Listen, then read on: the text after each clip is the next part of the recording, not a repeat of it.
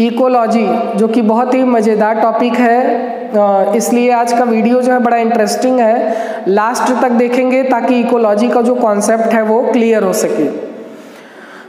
Ecology को समझने के लिए सबसे पहले हम नेचर के बारे में जान लेते हैं। नेचर की अगर बात करेंगे तो मेनली नेचर में दो कंपोनेंट दिखाई देंगे। कितने कंपोनेंट? दो कंपोनेंट। एक तो लिविंग ऑर्गेनिज्म हो जाएगा और दूसरा इन्वायरमेंट हो जाएगा। लिविंग ऑर्गेनिज्म यानी लिविंग ऑर्गेनिज्म में डिफरेंट टाइप्स के प्लांट आ जाएंगे, डिफरेंट टाइप्स के एनिमल आ जाएंगे, ह्यूमन बीइंग आ जाएंगे। तो दो कंपोनेंट होंगे, एक तो लिविंग ऑर्गेनिज्म हो गया कंपोनेंट और दूसरा क्या हो जाएगा? इन्वायरमेंट। इन्वायरमेंट क्या होता है? Everything around us is known as environment. हमारे चारों तरफ जो भी चीजें दिखाई दे रही है ना, जिसकी वजह से लाइफ पॉसिबल है ना, वो सब क्या है? इन्वायरमेंट है। तो ये आप डायग्राम देख रहे हैं। इस डायग्राम में अगर आप देखेंगे तो यहाँ पे सन बना हुआ है जिससे सोलर एनर्जी प्रोवाइड किया जा रहा है। एटमॉस्फेयर है, एटमॉस्फेयर को वायुमंडल कहा जाता है।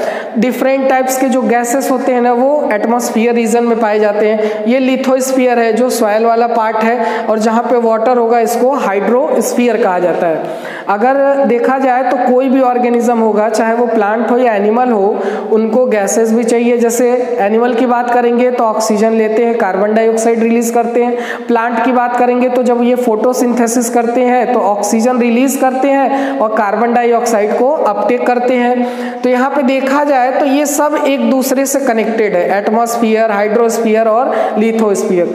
इन तीनों स्फीयर को मिला करके जहाँ लाइफ पॉसिबल होता है उसको बायोस्फीयर कहा जाता है। तो नेचर में दो कंपोनेंट होंगे, एक तो लिविंग ऑर्गेनिज्म जिसमें डिफरेंट टाइप्स के प्लांट आ जाएंगे, डिफरेंट टाइप्स के एनिमल आ जाएंगे और ह्यूमन बीइंग आ जाएंगे, और दूसरा इन्वायरमेंट यानी जो, और ये जो लिविंग ऑर्गेनिज्म है और ये जो इन्वायरमेंट है, ये दोनों आपस में इंटरडिपेंडेंट होता है, इंटरेक्टिंग होता है, एक दूसरे के बिना चल ही नहीं पाएगा। और ये डायनामिक होता है यानी इसमें चेंज होता रहता है।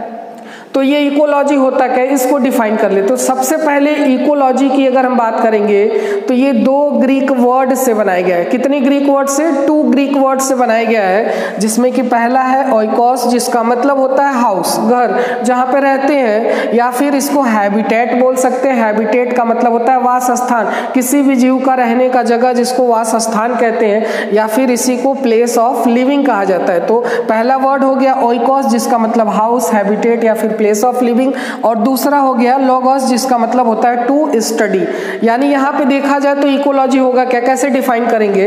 तो study of relationship between living organism and their environment is called ecology. तो यहाँ पे हम लोग क्या करते हैं? स्टडी करते हैं। किसका स्टडी करते हैं? लिविंग ऑर्गेनिज्म और उनके इन्वायरमेंट के रिलेशनशिप के बारे में। तो इसी को हम लोग इकोलॉजी कहते हैं। अब यहाँ पे देखेंगे कि जो ये इकोलॉजी वर्ड है, सबसे पहले इसका जो मीनिंग था वो बताने वाले एक जर्मन बायोलॉजिस्ट थे, जर्मनी के रहने वाले थे, इसीलिए इनको जर्मन कहा जा रहा है। और बायोलॉजी पे वर्क किए इसीलिए इनको बायोलॉजिस्ट कहा जा रहा है, जिनका नाम है अर्नस्ट हैकल। इन्होंने ही जो है इकोलॉजी का मीनिंग दिया।